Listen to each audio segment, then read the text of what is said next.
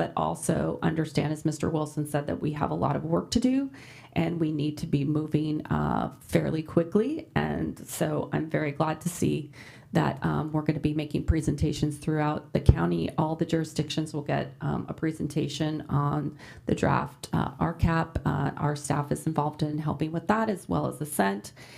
And I think that we just need to keep moving forward. I do like Mr. Wilson's idea of getting more regular updates. I don't think once a year is enough. We are in a climate emergency, and we should be getting more frequent updates so we can talk about how we do that. But I do want to say thank you to everyone. This is a great step forward, and it is going to take the support of all the jurisdictions. It may look a little bit different depending on what city you're in or if you're in the county, but everyone working together and working toward that goal of reducing emissions and enhancing carbon sequestration is going to be incredibly important. And I believe that the board will need to continue to lead on this front and work very closely with our city partners. So thank you to everyone for all your hard work. Thank you, Supervisor Gallagher. Other questions or comments? I don't see anyone lighting up here. Supervisor Alessio and then Supervisor Manfree. I want to echo a lot of what Supervisor Gallagher said. Before I even thought about running for public office, we talked about in this community about having a regional climate action plan. We saw Sonoma and Marin counties both, have that head start already there. And we were kind of, behind it, if you will. I was really excited when former, now retired Supervisor Brad Wagenknecht put together an ad hoc committee, invited me to it. It was an area that had a lot of expertise or understanding, but I learned a lot through that process. Then we had the Climate Action Committee actually form and have the representation of 2 members of each jurisdiction come together to have this very important discussion.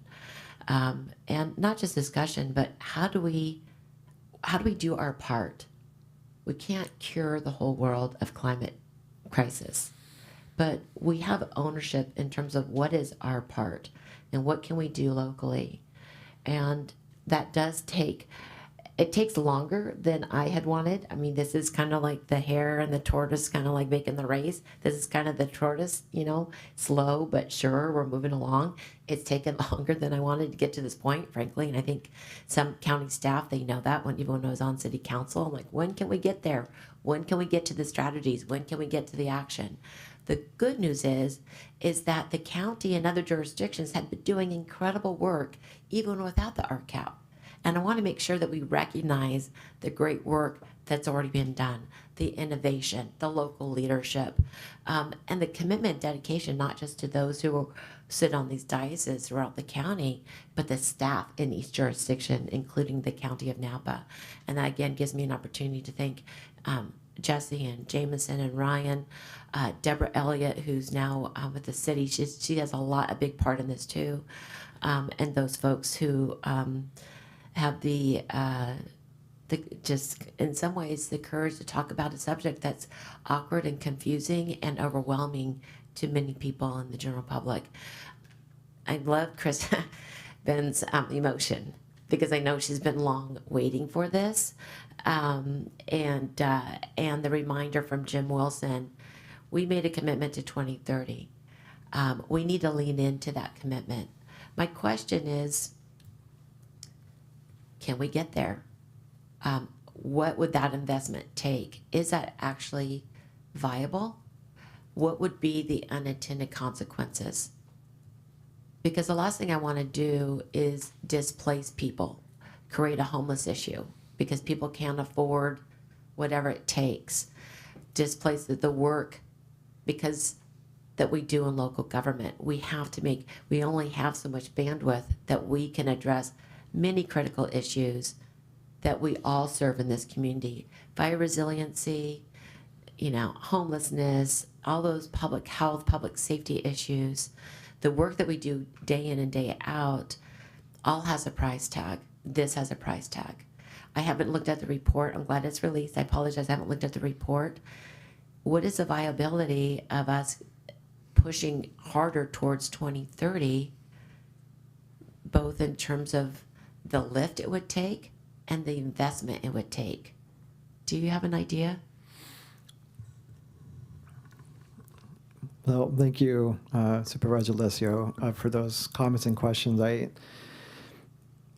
There's a lot. My mind's racing a little bit because I know that we did not prepare a comprehensive cost estimate for every measure in the plan. So we start there. That what we have on the page, already the number is quite large, even on the order of magnitude. Knowing that it could be 30% less or 50% more than what we have on the page, right? Those are a wide latitude of these estimates. For these 19 measures we quantified, it's estimated $1.1 billion over a 20-year horizon. $1.1 billion over a 20-year horizon. So if we average that out, that's about $57 million a year on average. And that's just a fully loaded cost for countywide implementation of those subset of measures in the plan. Some of that could be offset by grants or loans or money that you don't have. Some of it could be your own monies in your general funds or financing mechanisms. You already have tools at your disposal. But in a lot of cases, that funding and financing roadmap doesn't exist yet. And we haven't done a more aggressive scenario. But imagine taking just that amount of money that we think it takes to implement and compressing it down to 5 years. And that assumes that there's funding available, workforce ready to do a lot of retrofitting of homes and infrastructure and getting that all contracted done in 5 years. It's a lot to ask. I'd like to think that there was a lot available, but we just lost federal monies, the Infrastructure Reduction Act, the bipartisan infrastructure law. We've lost federal sources. That's unfortunate.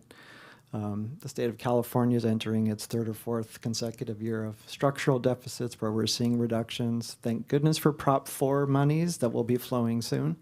As soon as the governor and legislature make the decision on the spending plan, there will be a new source of revenue, but that will be very competitive statewide as the federal sources have been lost. So, we don't have a clear answer on what the exact cost and feasibility would be to try to get to neutrality goal in 5 years, but I can tell you it would be extremely difficult just looking at the analysis we've done to date on the limited subset of measures in the plan that we have quantified. So I feel the tension, I feel the urge. I have children as well. I want them to have a future, but we also have to be mindful of what it's going to take to retrofit 50,000 buildings, convince every driver on the road in the county to start driving electric within 5 years.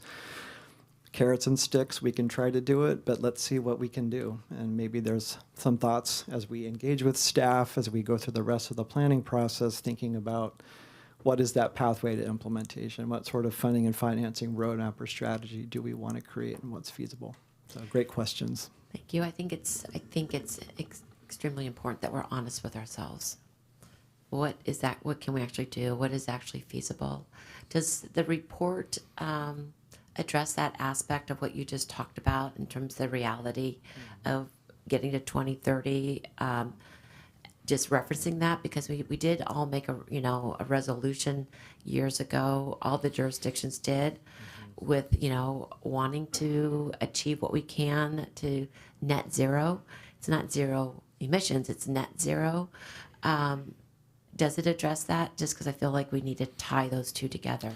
Yeah, there's some discussion in the RCAP about the original goal you set, the laudable, ambitious goals. You have to start somewhere, but then that we had done analyses that showed that it wasn't possible. And we had a healthy discussion about that with the CAC a few months ago in terms of what we see in the numbers, what we see as feasible. So sometimes we can set laudable goals, very aggressive goals, but as we then create more specific plans to figure out how we're going to get there, we find that that's going to be challenging. I really like what I saw in terms of some of the documentation in the RFP and other places where there's a healthy discussion of let's try to get to 2030 or as soon as possible if that's not possible. So I think that's the framework we're working in of we would love to present you with a plan for 2030, but we wanted to be mindful of feasibility, cost, funding, and really capacity to deliver on that goal. I appreciate that. Thank you. Thank you, Supervisor Alessio. Supervisor Manfree. Thank you, Chair Cottrell. For the sake of brevity, I don't have to repeat a lot because this is 100% a yes and for all of Supervisor Gallagher and Supervisor Alessio's comments. I do want to thank the team for pulling this together. I know that it's been bumpy at times and that it's taken some years to get here, but I'm really glad to be here today to discuss this and, to do the best we can going forward. I'm really looking forward to having this plan, which is grounded in actions that will bring us the most progress. And I know you've done a lot of work to prioritize which actions will have the most impact. And that's so important because this is a numbers game. It's not philosophical. It is not symbolic. It is a very real thing grounded in actual quantifiable changes to greenhouse gas emissions. So thank you for that. I also would like to acknowledge that Mr. Wilson's comments in saying that sooner is better, as soon as possible is best. And if 2030 isn't possible, 2031 is better than 2032, which is better than 2033, and so on and so forth. And so perhaps as we move forward, it might help, and I'm happy to hear your thoughts back, if it would be possible to achieve any kind of compressed timeline, and then maybe this could be gamed out in terms of what would it look like to achieve the goals by 2045, by 2040, by 2035, and where can we find, I don't know, the feds are unfortunately pretty bad partners in business right now and in making progress on things like this, but things may change. And this is a problem that's likely to become more and more apparent as time goes by. And so it may be prioritized in the future much more than it is in this particular moment. And as those opportunities become available, it would help to have a plan where we can see very clearly where we achieve the most as soon as possible and what that will cost. Does that make sense? Okay, good. And I guess the other thing I want to say about that is there's really no ceiling to how bad climate change can get. So, time is incredibly valuable. Let's see, yeah, I'm almost through here. So another thing I just wanted to mention was that you did discuss forests, and I'm sure you considered wetlands as well. I haven't read the entire plan yet, but I will. And I just want to give a shout out for wetlands, which are able to store the most carbon per unit area of any land cover type. And I also would like to give a shout out to grasslands, which store most of their carbon underground and are less vulnerable to wildfire impacts for carbon loss. So, and also for chaparral and for, every land cover type has its own qualities and they all store carbon. And we talk a lot about forests, but wetlands in particular are incredibly valuable. We've done a lot of wetland restoration already in this county, and we still have opportunities on the tributaries to the main stem Napa River, especially, to increase wetland area and just make sure that we're doing the most we can. And because of because it requires so much less space to store more carbon in peat soils, particularly, wetlands are really, really valuable tools in changing our carbon balance, storage balance. And I guess the last one, I just want to restate Supervisor Alessio's comment that we need support from all jurisdictions in this. Napa County cannot do it alone. Most of the populations in the cities, a lot of the emissions are tied to the decisions cities will make. And I certainly consider cities probably, just an incredibly valuable partner in this. And there has to be a partnership. So looking forward to building that. Thank you. Thank you, Supervisor Manfree. Supervisor Ramos. Thank you so much. And I think one of the things that when you gave us the sticker shock of $1.1 billion, what comes to mind is like other types of regional plans that we work on. This plan is not aspirational; it's necessary. And so the reality of that is landing pretty hard with me right now. And my question is more in terms of priorities and looking at how we can, the different strategies that are laid out in the RCAP, how we can have an implementation priority plan based upon available funding that we're likely to be more competitive for. And so when we look at the Prop 4 dollars, Prop 4, everyone's going to want a piece of that stormwater allocation. But if you go down to the bottom of the list, there's 300 million for climate smart agriculture. Oakland's not going to be doing that with their hydroponic warehouse facilities that's growing cannabis. We can do that. And so I think that one of the things that we need to add on to here as a next step is that prioritization. When it looks at, you've identified sea level rise, and we're hoping to be able to collaborate with Ascent to be able to expand upon and actually fast forward the sea level rise strategy so that we can meet our requirements through BCDC, and I don't know which SB is requiring us to do that. 372. There you go. Through BCDC to make sure that we have our shoreline adaptation plan in place so that we can unlock that tranche of shoreline and sea level rise dollars within Prop 4. So I think that, yes, big sticker shock. Absolutely. Some of them are more behavioral and human changes than actually policy changes. And so I really do think that as we look at this, we need to sift down further and see what are policy changes that we and our colleagues at the cities, because they do affect very much what happens and being able to influence change behaviors within our urbanized areas. But I think we need to prioritize which are policy changes that can unlock some of those Prop 4 dollars and grant opportunities, and the other ones which are human changes, because our investments may not necessarily be in infrastructure. They may be in education. They may be in that incentivizing changes. At the same time, I can tell you just anecdotally, I'm already an electric car driver, and it is highly inconvenient for me to be an electric car driver, having to do all the traveling that I do for these regional bodies that are addressing the need to become electric car drivers.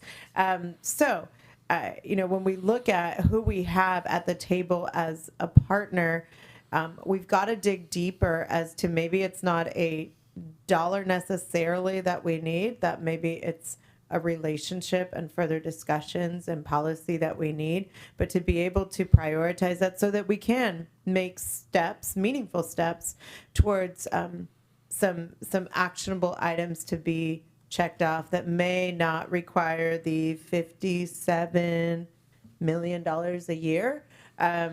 So I'd like to see that as a next step. So for my colleagues that are on the Climate Action Committee, drill down a little bit further. Which ones are money? Which ones are not? Which ones are policy? And which ones are human behaviors? Thank you. Thank you, Supervisor Ramos. And I agree with Supervisor Manfrey. It's great to be able to sit up here and say ditto. So I do want to thank staff for the years of work on this and the community members who spoke today, but so many in the community have been working on this issue. So thank you for that. And our local industry, wine industry partners. We could not be taking these steps without our industry partners understanding that this is a direction that we need to go. So thank you for that. And we'll come back to Supervisor Manfrey too. And then I did just want to call out the fact that what we're all talking about here is a great set of points about strategy, next steps, and things like that. And it's wonderful to be on a board where we're not divided 3-2 on this kind of issue. This is full steam ahead from everyone. So thank you all for that and for all the work that everyone has already been doing on this. I wanted to point out or circle back to something you said, Mr. DeCock, about a really important piece of this plan is about engagement and education with the community. And that's, not just local residents, but it's local businesses, our wineries, and our hotels too. And I wanted to call out, you mentioned Napa Firewise, and it's been really interesting and educational for me to watch how our local fire safe councils, I think, are really good models of where people are engaged and making personal changes, because they can say, I'm safer if I do this. I may be saving money, maybe not in this moment, but down the line, and I'm making my community better, right? We kind of need all of those. We can't just be, I'm doing this for the community. Maybe I'll save money someday, but so I think kind of focusing on that golden triangle is very important. I appreciate the points about Prop 4 that Supervisor Ramos made. I think that in general is something that I'd like to make sure that we're doing, is being strategic as to the opportunities, and whether that's, actual dollars, grants, but also legislation. Are we helping our state legislature understand the work that we're doing in other communities that are working for this? So I guess one question I would have is, we heard from Supervisor Alessio that Sonoma and Marin are full steam ahead on this. Can you tell us about other communities in California or around the country that you may have looked to in building out this plan? Yeah, thanks, Chair Cottrell. Definitely, we're tracking with and aware of what Sonoma County's been doing, your neighbor to the west, and they have, they've done a lot of great work through their Regional Climate Protection Authority, forming that authority, building out a lot of the measures in their plan that was adopted years back. So it's great to see the progress that they've made. They've even been one of the innovators and first adopters to pilot, legislation that helped them create a climate resilience district, where it opens up that authority to begin to leverage different types of funding sources, where that's climate project-specific tax increment financing, debt financing, special taxes if they want to choose to impose those. So that legislation is available to anyone that decides to pursue formation of a district like that. So we know a few communities in the state are doing that, but Sonoma County is a great example of your neighbor piloting that work on the first climate resilient district in California. Marin County, can't say enough of good things about them. You mentioned it as well. I think you're already benefiting from the great work also that MCE is doing. And so as we've talked with staff about their regular engagement with MCE, with the Bayren Coalition, just looking at the amount of money that's been given out in incentives, and that needs to continue. So a lot of the communities in the Bay Area, the greater Bay Area, if you will, really do depend on those partnerships. And so it's neat to see that as Berkeley does its climate action plan, or a South Bay community or a North Bay community, everyone is trying to coordinate and collaborate, and it's important to see a lot of people are having the same conversations about these issues. On the adaptation side of things as well, we have a regional tax already in place in the San Francisco Bay Area that helps to collect some revenue, so that's encouraging to see, application of a regionally coordinated financing tool that's available. And a lot of work is being done, thinking on the fire resilience side. I'm glad you brought up fire safe councils. There is a rich array of funding that continues to be available. The statewide, the legislature and the administration here in California have made it a priority to continue to ramp up investment. So, as we see people putting together their own, community wildfire protection plans, I know you have one here, it's really about operationalizing those plans. It's great to see you're doing so much already. I know, looking at what the Tahoe communities are doing, what's happening in Santa Clara County with their very powerful Fire Safe Council, leveraging technology, leveraging a lot of different stacked funding sources. So there's really encouraging work being done around the state that we're monitoring. And as we've put this RCAP together, we've tried to synthesize the best of the best and make it yours and the best fit for you in terms of building on those best practices. Thank you. That's really helpful. And I would echo Supervisor Gallagher's point that getting frequent updates, I think, is helpful for all of us, but it's a way to educate the community about where things are. And they don't have to be as long as we are taking today, but I think those would be helpful things to have. So with that, I will say thanks to everyone. Supervisor Manfrey, you wanted to have a follow-up. Yeah, thank you. Supervisor Ramos's comment about the cost was, valid completely. I would like to point out that we have spent at least as much as $1 billion on wetland restoration in this community in the last 30 years. We spent $500 million approximately, and counting, on the flood management project. We've done the Rutherford Reach. We did the Oakville and Oak Knoll Reach restoration projects, and then the South Napa wetlands acquisitions have covered a huge amount of land.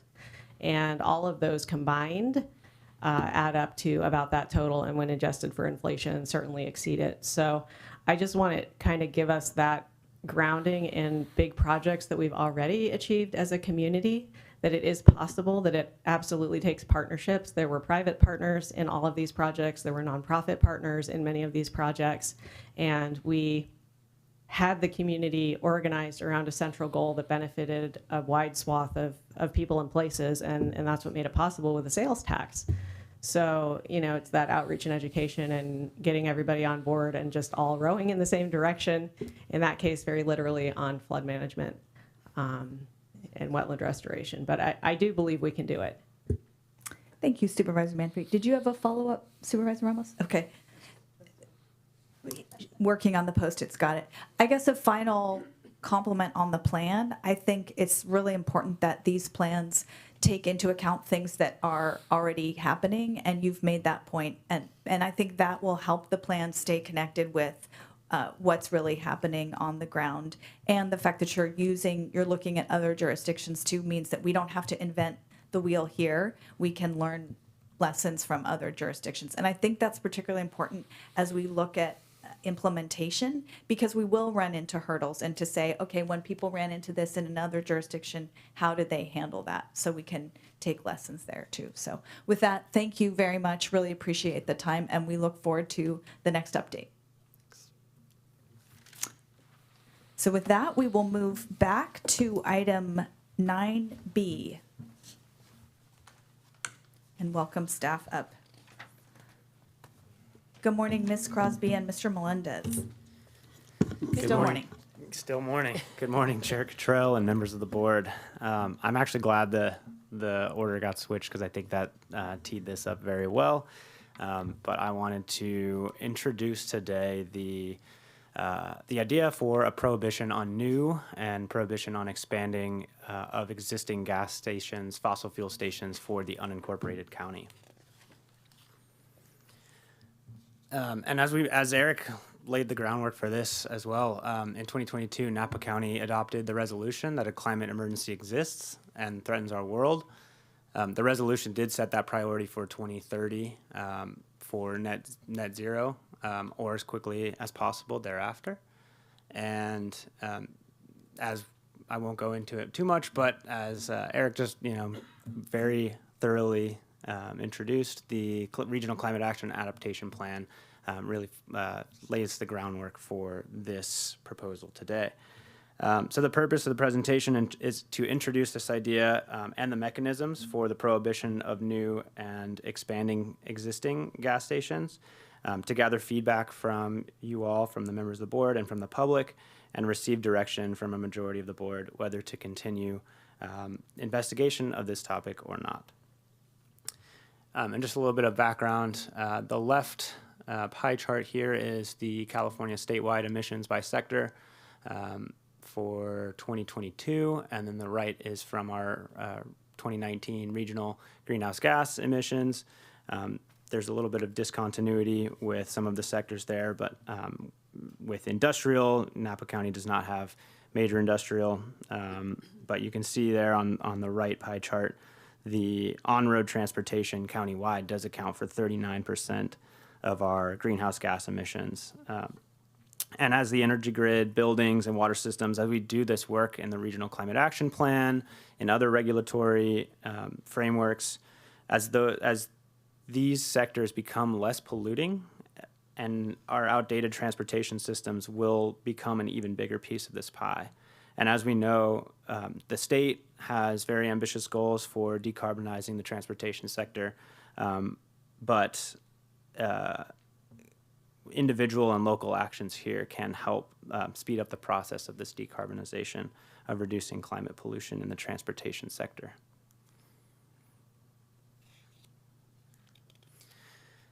And I'll point out again, as mentioned in the Regional Climate Action and Adaptation Plan work, we're not starting from zero. We have a lot of great work that's already being done in all of the sectors that we looked at. But here, these are just plans and action items that are already going on and ongoing for the transportation sector. So I won't read them all off, but just to highlight that we're not starting from zero on this point. So to get into a bit of the logistics and background on this, the idea for the prohibition of new and expansion of existing fossil fuel stations gained traction in 2022 with Petaluma as the first jurisdiction to pass, and then several other jurisdictions, including all of the jurisdictions in Napa County, in the incorporated cities and town in Napa County have followed suit with a similar prohibition. And actually, this gas station ban is one of the recommended draft actions in the RCAP. But again, that we have those draft items that really serve as a framework that we can start doing action now. So this would look like, this would involve updating Title 18 of the Napa County Code, the zoning code, and a possible ordinance might include existing retail fuel stations for light and medium duty vehicles use would be allowed to continue. Non-retail fuel stations would be able to continue development and operation to help support agricultural, commercial, industrial, and boating operations in support of an approved land use. And changes to existing fuel stations would be allowed to continue environmental and safety improvements, but would not allow for expansion. And I'll point out, particularly in the previous presentation to Supervisor Ramos's point of the inconvenience of EV charging in the county and regionally. We don't want to make it harder for people to switch into EVs or other fueling sources, but we can also pursue other opportunities and other options for policy changes aimed to increase EV charging infrastructure, like an ordinance to require more EV chargers or EV-capable parking spaces for development and redevelopment projects. So it's not just a fossil fuel station policy change, but there are other policy options that we can implement to improve the EV charging infrastructure here. So here before you see two maps. It shows it's a little bit small, so that because of our north to south oriented county to fit into this landscape slide, but these maps show 37 retail fuel stations in Napa County, primarily concentrated in the incorporated jurisdictions. And here you can see along the transportation corridors through the incorporated cities and up Highway 29.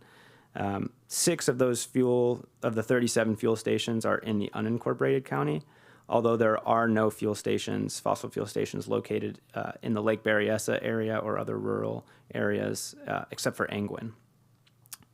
And under this ordinance or under this policy, stations already built would be allowed to continue operation, ensuring access to fossil fuels, while encouraging more development of other fueling sources like battery EV charging and hydrogen stations.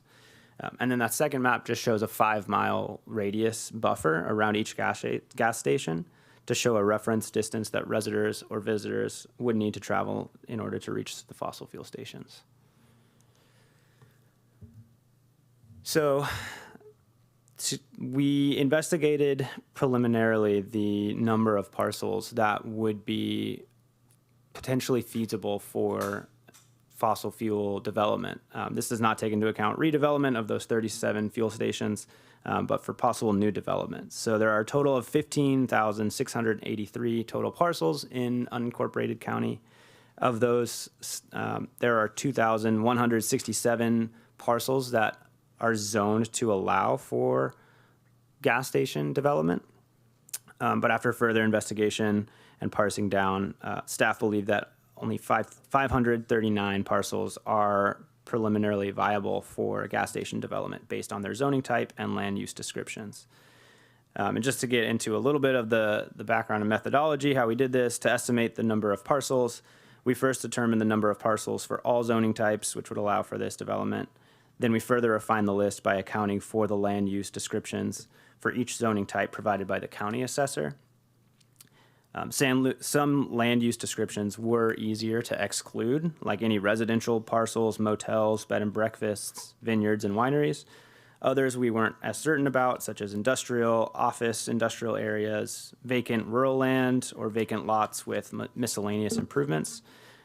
So parcels with these land use descriptions were included in this initial estimate. Therefore, the actual number of parcels viable for gas station development might be lower, and if directed today, staff can investigate these on a parcel-by-parcel basis to give a more accurate estimate. And these next few maps just zoom in on some of the parcels in the city of Napa, right outside of the city of Napa, outside of the city of St. Helena, and in the Lake Berryessa. And it's pretty small here, but all of the purple parcels here are in a PD zoned, potentially development zoned parcels. And many of these are likely not viable for new development, although, as aforementioned, the further investigation is needed to confirm that. Here's a close-up of the areas outside of St. Helena. The parcels beginning with C, CL, and CN are potentially viable. Staff are more confident that those are actually viable for gas station development. But again, similarly, further investigation is needed to confirm that. And finally, here's a close-up of the Lake Berryessa region. The brown, dark brown and tan parcels here, the MC zoned, could allow for non-retail gas stations, but only to meet the needs of boats and boat users, not to retail for vehicles. At one point I'll bring up to close, this consideration for the ordinance is this framework of equity. We do want to make sure our most vulnerable populations are not being overburdened by pollution, cost, but also not being burdened by the lack of ability or lack of accessibility to existing fossil fuel stations, especially into a just transition to electric vehicles, hydrogen, and other fuel sources. So the Lake Berryessa area does not currently have any gas stations in operation, as well as this map here you can see on the Lake Berryessa and the highlighted area just south of there are census. This is a census tract map. So the Lake Berryessa area and then the census tract just below are two larger census tracts. So in this area, we know that the Lake Berryessa area is also preparing to undergo significant development with the Lake Berryessa Resort Improvement District.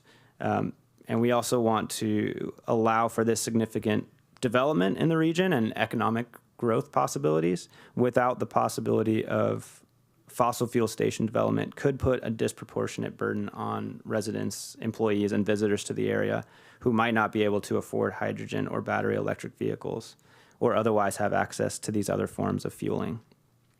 So with that said, as I mentioned, the entirety of the Lake Berryessa district is located within one census tract, which could provide a pathway to exemption for that census tract for the time being. If we wanted to include this region in the ordinance, staff would recommend conducting significant outreach to the residents of and possibly visitors to this region regarding the possibility of banning the fossil fuel stations. And with that, I will open for questions, discussion, and hoping for direction to move forward. Thank you very much, Mr. Melendez. At this time, I will ask if there's any public comment in the room on this item.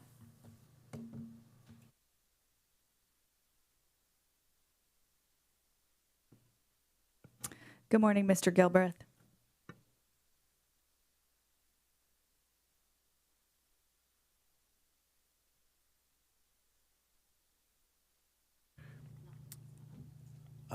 First, I want to say that I am very impressed personally regarding the climate action plan proposal. That's good for all of us. I especially appreciate the hard work of staff, the comments that all of you have made, and in particular, the comments about going faster.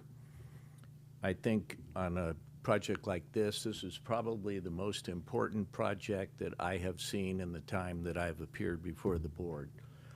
And I absolutely appreciate all the effort. I appreciate the optimism that I heard to get the money.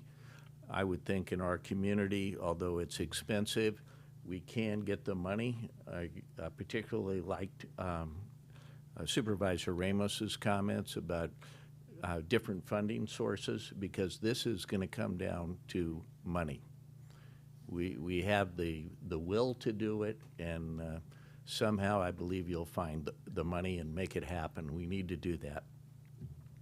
I'm here on behalf of Stan and Patty Teeterman. Those comments earlier are my comments, and they have a unique renewable energy fuel station, as many of you know, but I thought I would explain it to the public also. These are renewable fuels, electric EV chargers. Stan asked me to get the use permit modified some time ago, which I did, and we now have the ability on that site to provide hydrogen. We've been in negotiations for a long time to expand that opportunity. We think that that is important, along with the other renewable fuels that we have, and we would hope that there be an understanding of the services that we provide, also the contracts that we have with Napa County Public Works, law enforcement, to provide fuels. We will need to expand, but we will continue to be environmentally very sensitive, and we would hope that you would consider a recognition of what we do and how we do it and the benefit to the community, and support us in our endeavors. Thank you very much. Thank you, Mr. Gilbreth. Good morning, Mr. Whitmer. Good morning, Chair Gallagher, and Chair Cottrell, and members of the board, staff, esteemed staff here this morning. Dave Whitmer. I want to acknowledge that this is the first time before an all-female Board of Supervisors, and just want to call out all of you for that accomplishment, and for representing the county so capably. In my tenure as agricultural commissioner, if I look back on that career, the one thing that I stand very proud of is a role in expanding sustainable practices within the agricultural and wine industry community. While still serving as Ag Commissioner, I joined the board of Sustainable Napa County, became one of its directors, and ultimately the president of that board, and was proud to be one of those that worked to bring MCE to the communities, to increase the infrastructure for vehicle charging stations, and to suggest that as these climate action plans are being formulated in every community, that we come together as a regional group. And I'm really pleased to see that that's happened. That's extraordinary. And I think it stands well for the community going forward. Having said that, I too am here on behalf of Stan and Patty Teeterman. As some of you know, I have been working with them to try and bring some of these renewable fuels out to the agricultural community. And they have done an exemplary job of creating a fuel plaza down there that not only brings significant revenues to the county. Stan had to go to every city council to ensure that the taxes, that retail taxes, didn't go to the cities, but as the agreement holds for everything else, but would come to the county of Napa. There's a significant infrastructure currently for the transportation of goods in our community, and particularly for our wine industry. that's really significant and important to the economics. I hope that we're considering some of those aspects. In addition to that, we're working with the recycling entities to make sure that their trucks are using renewables. We're working with a school district to try and bring renewable energy there to that sector. We're working with NVTA and have a letter of intent to supply hydrogen to NVTA.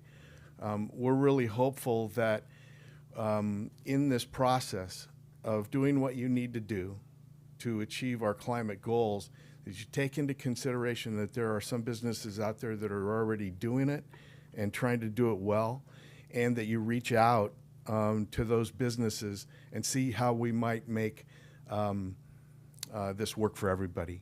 I would really appreciate some outreach there. Thank you. Thank you, Mr. Whitmer. Anyone else in the room?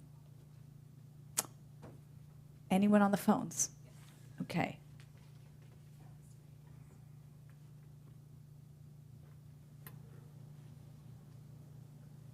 On the phone, we have 2 callers, it looks like.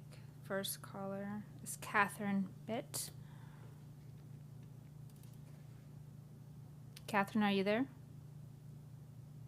Yes, I am. Okay, you can proceed. You have 3 minutes. All right. Good morning, supervisors. My name is Catherine Bitt. I'm an incoming senior at American Canyon High School and co-vice president of Napa Schools for Climate Action. As our county leaders make plans for our future, please remember how critical it is that you pursue immediate and sustained action to cut climate pollution, not add to it. Each of the cities have now enacted bans on new and expanded gas stations. On behalf of our entire at-risk generation, I am asking the county to do the same, enact a complete ban on new and expanded gasoline infrastructure without delay or compromise. The climate emergency gets worse every day we add more, not less greenhouse gases, and the infrastructure that facilitates that worsening pollution. It's wrong, it's not fair for our youth in particular. We're in an especially vulnerable position because climate pollution will affect our lives much more than yours and others who are members of previous generations. Please understand this equity issue every time you think of adding fossil fuels to the energy mix. The heat, the drought, the floods, the sea level rise, the damage to agriculture, the damage to the economy, all these worsening impacts are suffered by me and my generation more than yours, and we're not causing it. The Napa Schools for Climate Action team and I have previously worked with American Canyon and all of the other cities that have enacted bans on new and expanded gas stations. We are truly grateful for their listening to our concerns and for taking action. In American Canyon, our city's ban prevented 2 new gas stations from being built. This ban was made before our new general plan was passed, where the 2030 net zero deadline is now clearly stated as a goal. This level of leadership and commitment does not go unrecognized and is greatly appreciated by me, our Napa Schools for Climate Action team, and all of the rising generation as our leadership recognizes youth voices and takes the threat of the climate emergency seriously. Permitting the building of new gas station infrastructure will send us backwards in terms of progress surrounding sustainability. Every permit for building dirty energy infrastructure equates to an allowance of a future toxic waste cleanup site created. The National Oceanic and Atmospheric Administration and also NASA have both confirmed 2040 to be the hottest year on record. But also, according to the American Lung Association, California continues to have some of the worst air quality in the country. 9 in 10 state residents live with polluted air. The transportation sector in California is responsible for nearly 80% of nitrogen oxide emissions and 90% of particulate matter pollution. By establishing a countywide ban, we're also able to include the unincorporated areas in Napa County that are not included in cities and towns. Plus, we have hope for the future because you can become a model of climate leadership that other governments throughout the world can follow and be inspired by. Thank you all for your time and consideration. Thank you very much, Ms. Bitt.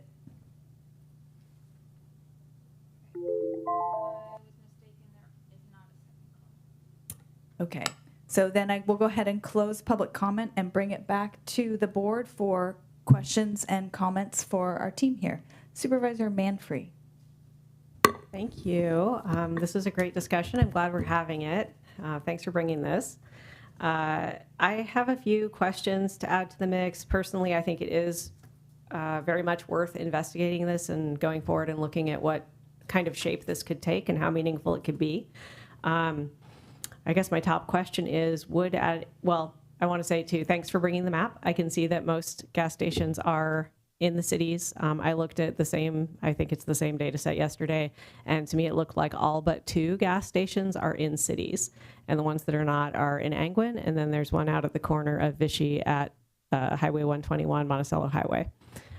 So I guess related to that is the question of how do jurisdictions work here, and as part of that, it's how does the jurisdiction of the Bureau of Reclamation work at the lake, because some of the development planned there is within the Bureau of Reclamation's jurisdiction, and I don't know that we would have any kind of say over that. But just looking at it, kind of breaking it down by jurisdiction would be a helpful thing to have come to us. I'm curious as to whether adding stations would increase vehicle miles traveled. I could see if they're added in certain locations, they may decrease vehicle miles traveled because people wouldn't have to go so far to get gas, especially in the Lake Berryessa area.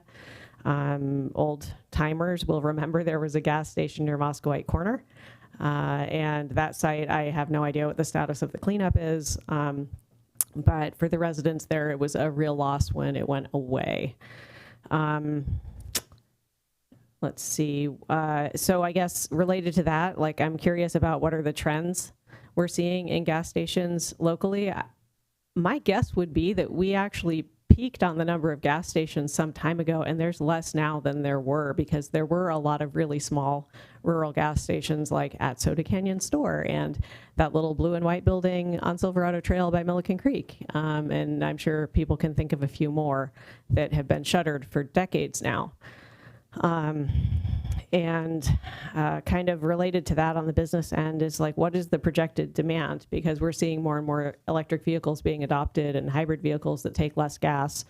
So part of me wonders how much pressure is there to develop gas stations in the first place? I think it could be very interesting to talk to fuel station owners and operators. I think that was a wonderful comment from Mr. Whitmer about reaching out to the business community, because they know what the changes are feeling like in their balance sheets already, and that might be really informative to hear some thoughts on that, particularly with the addition of Costco adding gas stations, and with gas use shifting, with automobile use shifting to EVs and gas use presumably dropping. I mean, my understanding is that we're not receiving adequate funding from fuel taxes anymore to do the work we used to do on roads, which is a very strong signal that change is real and it's happening. I don't imagine that it's very easy to pencil out a business, a new gas station these days, which makes me think that most likely a new gas station would need to be offering a mix of fueling options, and they like electric vehicle charging, maybe propane, whatever they could do to make the whole thing work. And that's a different type of business structure than a place that's simply a gas station. And I would hate's a strong word. I would not like to trade away the opportunity to have a business that allows electric vehicle charging in a remote location because of the principle of wanting to ban gas stations, when they would probably be transitioning away from selling gas, period, over a couple decades. California's on track to, and is fighting to stay on track to make a switch to 100% electric or zero emission vehicle sales by 2035, and with trucking by 2036. And that means that by about 2050, we won't have gas-powered cars on the road anymore if we meet those goals. And so there will be no need for gas stations. So, there's a lot of moving parts to this, but I do think we need to be kind of looking at the whole picture. And as the representative for the south end of Lake Berryessa, I am concerned about rural residents and equity, and just wanting to make sure that we're thinking about it strategically, and also, like I said, with vehicle miles traveled as one of the key components. And then let's see. Actually, that's pretty much my questions. I think I can stop there. Thank you. Thank you, Supervisor Manfree. Supervisor Gallagher.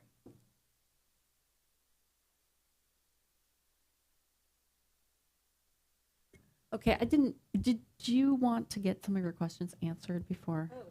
Or or would you rather take all our comments? Well, yeah, I thought we were kind of asking Okay. for it to come back, but Oh, okay. Okay. I didn't know if there was a question I mean, in if- there that was, you were asking, that you could give an immediate answer to. So I thought maybe there were a couple. I think I just wanted to follow up with Supervisor Manfree's comments and just say that I think that it makes sense to look at Berryessa separately. But I think that we can also do some kind of an exemption or carve out that adds criteria so that if there were things that needed to be developed in the Berryessa area, there would be, rules around, look, if you want to put fossil fuel pumps in, you have to also put X number of EV chargers and you have to offer hydrogen or whatever. And so just making sure it is a mixed fuel source, and there would be some kind of maybe ratio or something like that. So I do think that looking at Berryessa separately makes sense because it is an underserved area that's undergoing development, and that's going to be important. And it is definitely an equity issue, and we want to make sure that everybody has access to fuel they need to get to work, et cetera. But I do want to go back and just say that this is an action that we have also added into our RCAP. And this is something that we intend to move forward, that we have had agreement from all of the other jurisdictions. And I would say the other jurisdictions are ahead of us because they have already done something about this. So I think that that's important to recognize. So just wanted to add that I think that we can look at that outline area a little bit separately, but we could also set some criteria as well so that we are definitely moving in the right direction. Thank you, Supervisor Gallagher. Supervisor Ramos. Thank you so much. I do believe that the coordination of items C and B and in this order is the right way to go, because I really do see that this is a stepping stone into the goals that we are trying to achieve in the prior item that we got to. I want to start out, but I think the map, is it possible to bring the map of the fueling stations back up? If you just put it up, I can navigate there, yeah. Where do I see? Oh.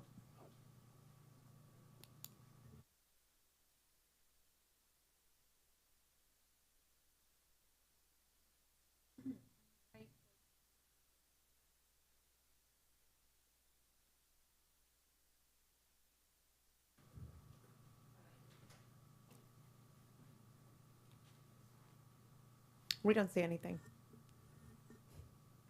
There we go. There we go. There we go. That's it. Okay. So looking at the map on the right with the 5 mile buffer, I think what would be really informative here is, to the point that Supervisor Manfree said, is the distance traveled. So to look at the population base that is not being served. I was a resident of Berryessa Estates. And I remember many times that if I did not heed my parents' instructions to fuel up at the Chevron station at Angwin, I would have to find myself getting up early and driving to Middletown to go and get stationed, because of Brad Kilpatrick at the Pope Valley Garage did not want to open the pumps on Saturday morning. You weren't getting fuel. So I think that for this area, we need to look at population, right? So obviously it makes sense. A lot of these gas stations are in Napa. That's the population base. But I think we need to look at the population distribution, how far people are, how many cars we have out in these areas. And that's a starting point. The next one we need to look at, and it's almost like incredible timing. You know, when we look at what is it that we're trying to do, we're not trying to close down gas stations. We're not trying to do away with gas stations. The truth is, we're trying to incentivize people into an electric driving form or an alternative fuel. And so just to shut down one doesn't actually get us to the goal of getting drivers to convert to an alternative fuel.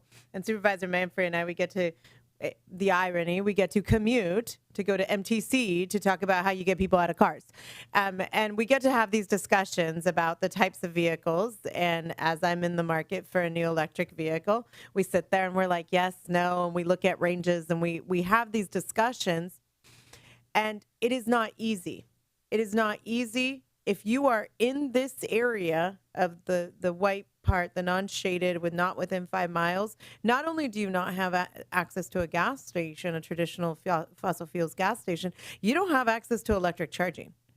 And so to say we're going to continue to give you nothing as a former rural resident, I'm not okay with that as the starting point of this discussion.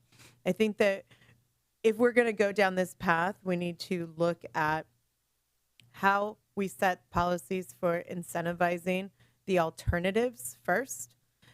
We heard about hydrogen expansion, a hydrogen fuel expansion in the South County, and South County does have 2 unincorporated fossil fuel gas stations, one at the Allied Fuels Plaza and the other one at the 7-Eleven, both on Devlin Road. You can get 89-cent drinks over at Stan's Place, and then you can get a Slurpee over at 7-Eleven. But I think one of the timing of this all is really important. Just today, the California Energy Commission announced the launch of the Fast Charge California project, $55 million available in investment for electric charging station and expansions. And that deadline is October 29th. So when we look at where it is that we're starting, we can't close something else down without having a parallel track.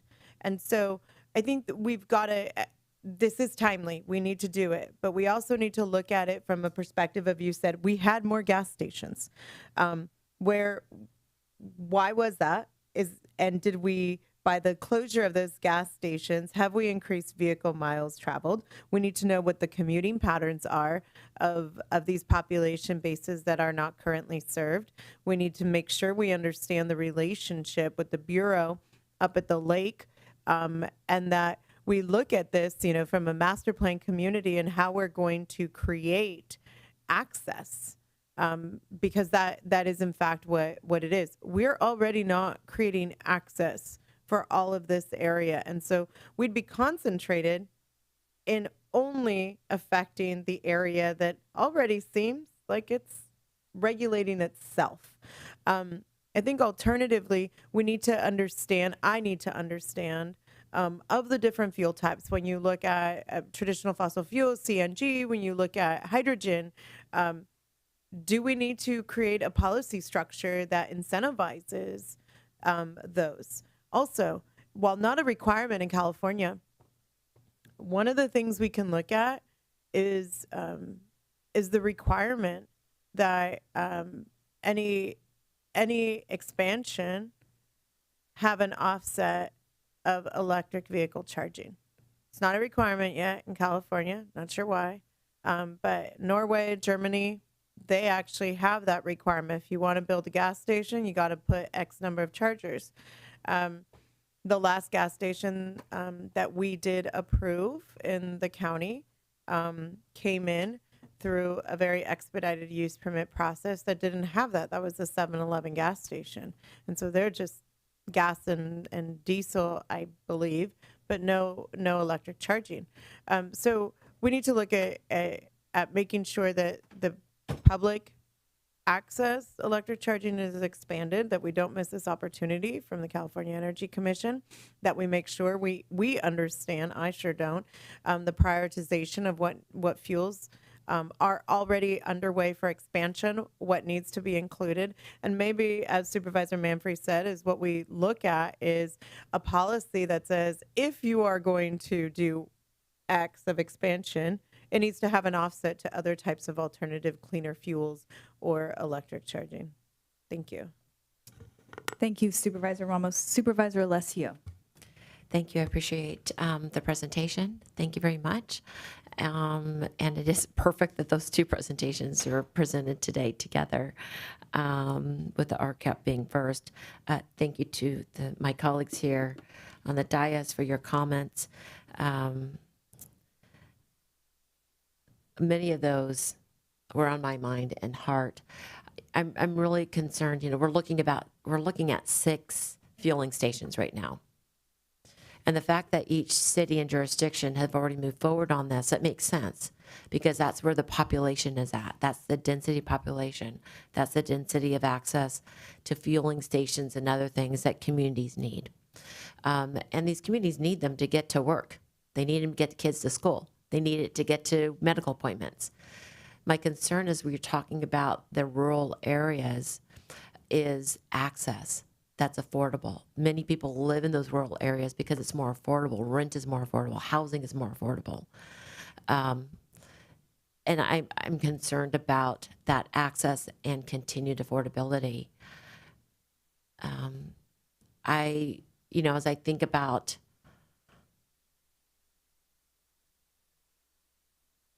sorry, one second. Jennifer Palmer's just left. I was going to ask her about the population of the working poor in our community, because it's only increased. They would love to have a clean energy, all the electric, though. I'm not as brave. I have a hybrid. I'm not as brave to have a fully electric vehicle. But I think about those hardworking people that have cars are just barely getting by. They can barely pay the registration. They can barely pay the fossil fuel, the gas. I see that we're already transitioning. I commend the Tiedermans for what their fueling station already in the transition for more clean energy.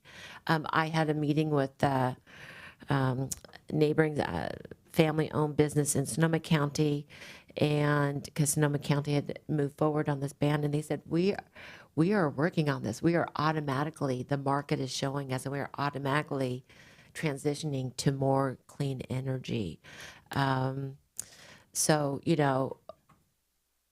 Which I think is fantastic. The market is actually doing this.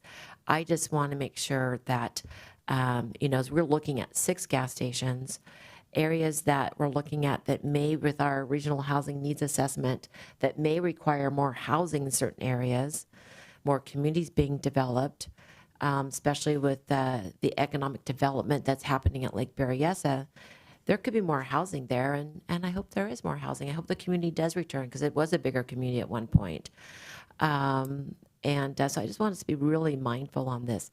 I'm all about clean energy, but I'm also realistic about the people that need access to fuel, to just basic needs, basic life needs. So, I don't think we're ready. We're not approving anything today. I think today is really informational and to provide staff with direction. I would like us to I'd like us to go in this direction, but I cannot forget about the hardworking, struggling people that just need to get to work every day, and they don't have access to clean energy. And frankly, we know that through the Climate Action Committee, one of our biggest issues that we need to address is more access to EV charging, and not EV charging that takes 8 to 12 hours. We need fast charging EV chargers for people to be able to, recharge their vehicles and move forward. So that's already something that's a task at hand that we've been wanting to do.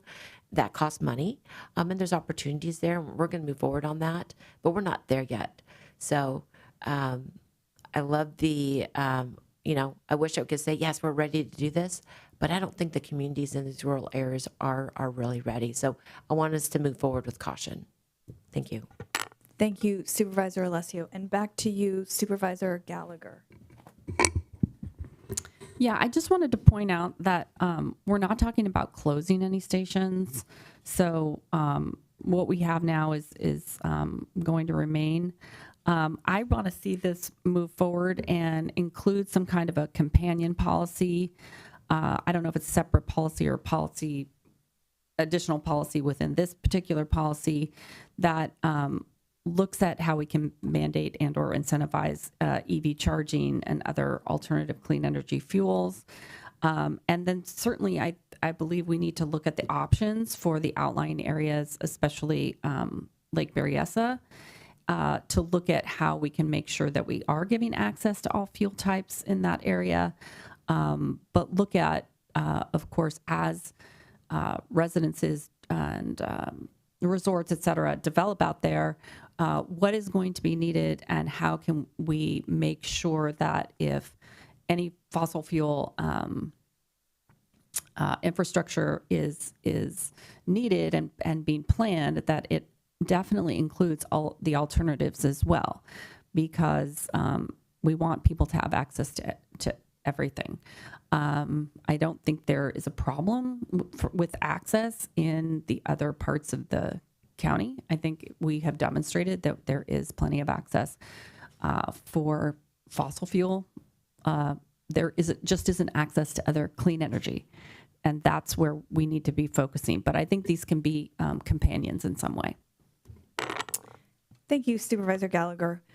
And thank you, everyone, for the comments. My comments, I first wanted to start by thanking the public commenters and particularly Napa Schools for Climate Action. You know, they have met with me, and I'm assuming they've met with every member of this board and have been so educated and so, you know, clear in their message. So I think I just want to acknowledge their work. And I wanted to second several things that I heard from the dais here. I support Supervisor Manfree's idea about communicating with existing producers to understand what the picture is out there in the marketplace, because that we want to understand that in making any regulation. And then I also would like to hear some population data. I think that would be helpful. I think Supervisor Ramos, you mentioned that. And again, as the supervisor in the north part of Berryessa, I agree with the importance of making sure that we're looking at issues of rural equity in determining this. And I like the idea that we treat a particular census block differently. And again, as one idea, and as Supervisor Alessio said, the next thing is not a final baked package, but here, you know, as we investigate, I like that as one alternative. And then just thinking about how we might proceed in that census tract, I agree with Supervisor Gallagher. There's a way to build in criteria to say if you are allowed to do some fossil fuel based fuel, then you're also doing some non-fossil fuel based. And I just want to make sure that the way we distinguish it is really not fuel specific. I want us to have lots of electric chargers, but as you pointed out, Supervisor Manfree, we have no idea what things will look like in 15 years. So it's really making sure that we're incentivizing any alternatives, and we know we just need to move away from fossil fuels. And the final point I wanted to make, and I think Supervisor Gallagher, you touched on this, is our partner jurisdictions have already made this statement and made this prohibition. And, you know, we just got through talking about the climate action plan, and partnership on that plan is going to be so important. So I do think it's important for us to move forward and do something here, if for no other reason. There are lots of other reasons, but because we want to be a good partner. So with that, I will ask staff if there's any response or clarification you want to make at this point, or give us a sense of where we'll be going next. Sure. Yeah. Thank you all for your comments and questions. I think I have a consensus to move forward with continuing investigating the opportunities for this ordinance or this policy with further discussion with the current providers and the markets that are already doing the work to get alternative fuels, and then also further data on commuting trends, population trends, And then I can also include language or to bring this back with policies that would incentivize or otherwise increase the adoption and implementation of alternate fuels as well. Terrific. Okay. Well, thank you so much. Really appreciate the work and the time that you are all putting into this. So Great. Thank you. thank you. All right. With that, that brings us to item 10. That is our closed session item. So we will be taking that item up, 10A, in closed session. But I will first ask if there's any public comment on that item. Anyone in the room or on the phone? Okay. Then we will recess at this point to closed session. Thank you.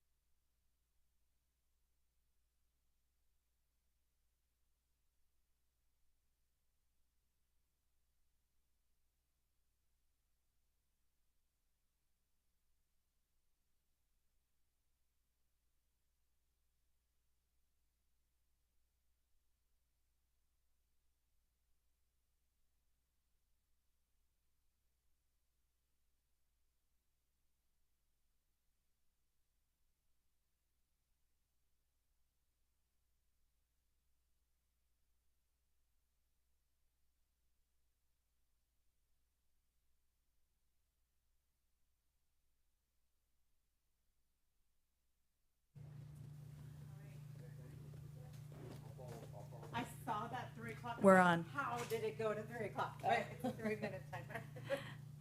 All right.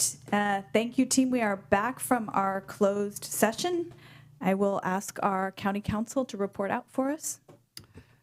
Thank you, Chair Cottrell. The board met in closed session today under item 10A, conference with labor negotiators. The board gave direction to the county's labor representative. There's no reportable action. That's the end of my report. Thank you. And with that, we are moving to item 11, adjournment, and we will adjourn this meeting to our next Board of Supervisors meeting on Tuesday, August 19th. Thank you. Yeah.